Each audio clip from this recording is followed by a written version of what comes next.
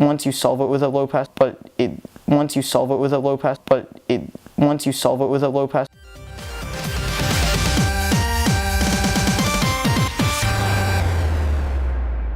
Alright, so this is the Azden SMX-10 microphone. It comes with a shock mount with a hot shoe on the bottom. Overall, I'd say this shock mount is pretty useless. The rubber is a little bit too hard for it actually to absorb any shock.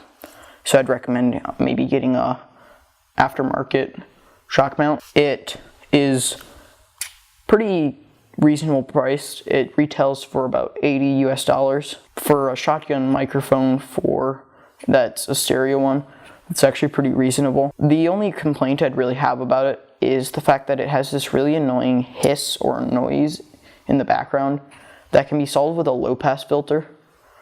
But once you solve it with a low pass filter, you kind of lose a lot of the sound as well. Welcome to PQ Tech. Welcome to PQ Tech. I'd like to see, so on it, it has a low and a high pass filter built in. And from my experience, that really doesn't actually change the audio very much.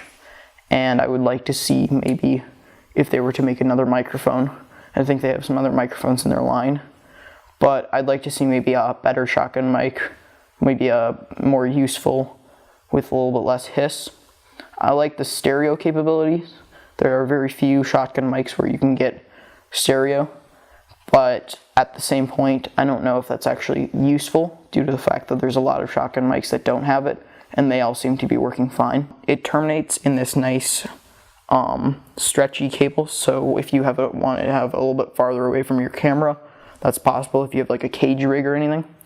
It terminates in a 3.5 millimeter 3-pole connector. The back end of it unscrews to have the AAA battery, single AAA battery that powers it.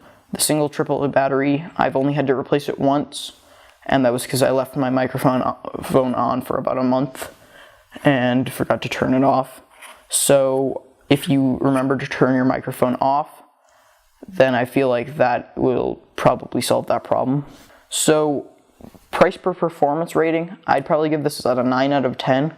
Even though there's that really annoying hiss and that you lose some audio quality when you get rid of the hiss, I think for $80, it's a pretty good quality shotgun mic that so far hasn't broken on me. I would recommend it to a lot of beginners until they can afford maybe better audio equipment.